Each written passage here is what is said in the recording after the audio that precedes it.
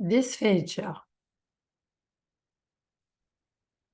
The swallowing phases for the normal or typical swallowing are three: oral phase, pharyngeal phase, esophageal phase.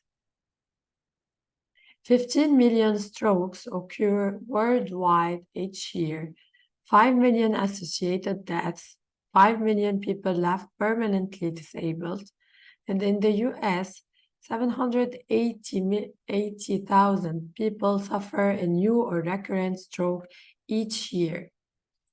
Up to 1/3 of stroke patients suffer from pneumonia, highest attributable mortality of all medical complications following stroke, community-acquired pneumonia, hospital-acquired pneumonia, healthcare-associated pneumonia, ventilator-associated pneumonia, aspiration pneumonia, pneumonia caused by organisms.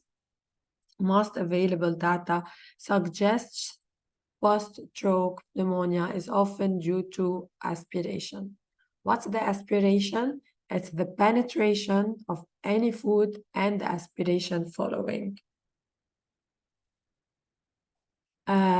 The clinical relevance to stroke. 43 to 54 experience aspiration, 37% pneumonia, 3.8% die of pneumonia, 48% malnutrition. Oropharyngeal dysphagia leads to reduced patient satisfaction, increased length of time spent NPO, longer hospital stays, increased mortality rates. Persistent oropharyngeal dysphagia can increase the risk of dehydration, malnutrition, persistent disablement, aspiration pneumonia. The site of the lesion can cause a particle type of pneumonia. The location of the stroke does not appear to assist in aspiration risk assessment instead. Swallow disorders by site of lesion. Oropharyngeal swallow impairment causes reduced hyolaryngeal excursion, absent pharyngeal swallow, pharyngeal weakness, hypertonicity for the high brainstem stroke protein, delay or absent pharyngeal swallow, unilateral pharyngeal wall paresis, reduced hyolaryngeal excursion, severe cricopharyngeal dysfunction. Subcortical stroke can cause motor and sensory pathways, might delay oral transit time, pharyngeal swallow trigger, decreased hyolaryngeal excursion, occasional tongue base.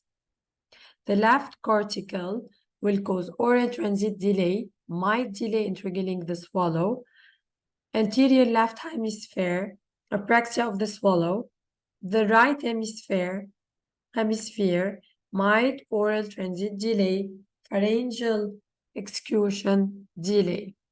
Bedside evaluation is one of the dysphagia assessments, using various consistencies to assess overt signs of aspiration. Look at the strength and movement of muscles involved in the swallowing. Observe feeding posture, behavior, and oral movement during eating and drinking. Presentation of thick and thin liquids, puree, and solid consistencies.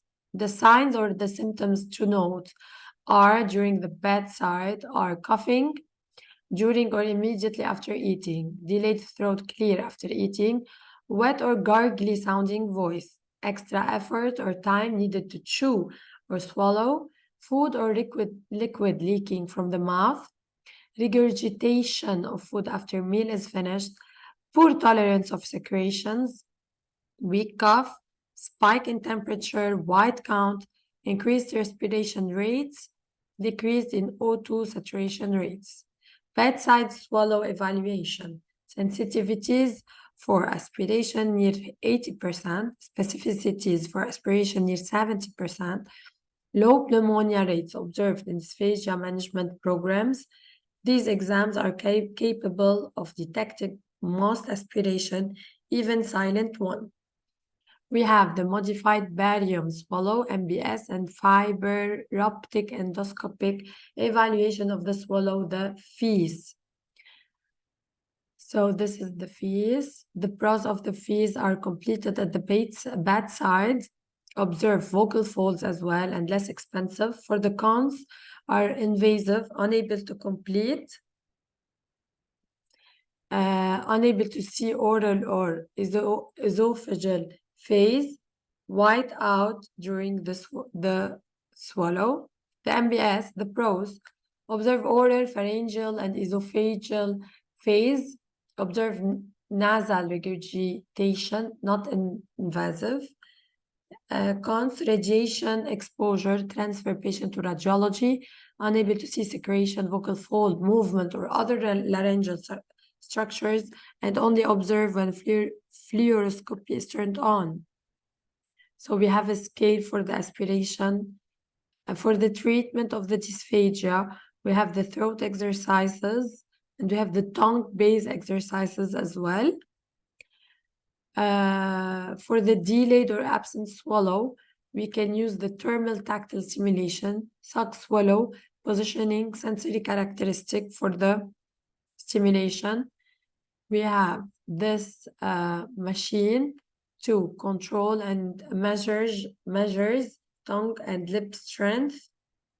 We have the EMG for the muscles, the NMES to simulate electrical current, to stimulate the nerves of the face. We have as well the maneuver, the diet modification, the patient and family education. Thank you.